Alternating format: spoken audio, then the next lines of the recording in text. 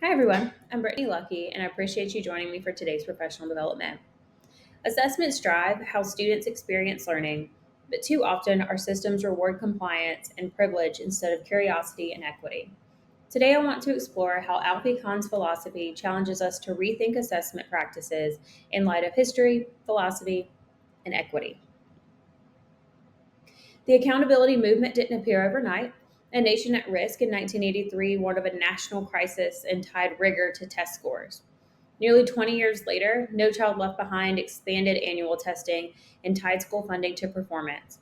Together, these reforms equated rigor with compliance and test results rather than authentic learning. We're still seeing these things in our schools today. We have ACAP in the spring and work keys in the spring and STAR 3 times a year, and all of that tied up with our state report card as well. So, this accountability movement is still very heavy in the classroom today. Kohn pushed back with four big critiques. Schools suppress curiosity, tests reinforce inequities, privileged parents block reforms, and grades reduce motivation and deep thinking. His point was clear: traditional grading discourages risk taking and prevents students from becoming lifelong learners. Not everyone agrees. E.D. Hirsch argued that standardized tests are the only practical way to ensure fairness across diverse schools. And Douglas Reeves said that without standards, at risk students might face inconsistent and low expectations.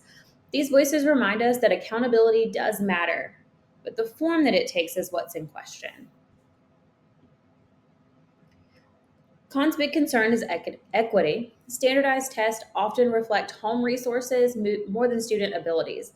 Disadvantaged students face barriers like holding jobs, taking care of siblings, or a lack of a quiet study place at home, while high achieving students face pressure to perform at the very top. All of our students are facing different challenges, and both groups suffer from a one size fits all assessment approach. So, what does that mean for us today? It means assessments can't be one size fits all. Varied assessment types give equitable opportunities. Standards are important, but how students reach them should look different student to student. An assessment must honor authentic learning, students showing what they know in multiple different ways. Kahn didn't stop at philosophy, he did suggest practice as well. Cooperative learning helps students grow together instead of competing. Self and peer assessments give student voice and ownership. And authentic measures like portfolios or projects allow students to show what they know in more than one way. His goal was simple: empower students, don't just rank them. Let's take a minute to look at what Kahn's philosophy could look like in our classrooms today. In math, instead of relying on timed tests, students might design real world problems like creating a budget, analyzing sports statistics, and reflect in journals on how they solved them. This emphasizes reasoning over memorization. In English, students could choose how they demonstrate their learning: essay, podcast, or even a video project. Adding peer and self assessments builds ownership of that process as well. In science, rather than only submitting a written lab report, students might record their findings orally or present their results in small groups. Inquiry based projects, where students pose their own questions, align directly with Kahn's call for curiosity as well. In social studies, instead of a test on the Constitution, students might stage a mock trial or create a multimedia exhibit. These approaches still meet standards, but they allow for multiple ways of showing learning. The common thread is equity.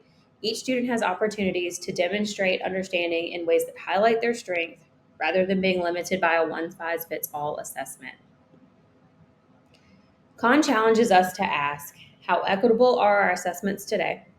Where can we provide authentic alternatives to tests? And what steps can we take so every student, not just the privileged or the pressured, can have a chance to succeed?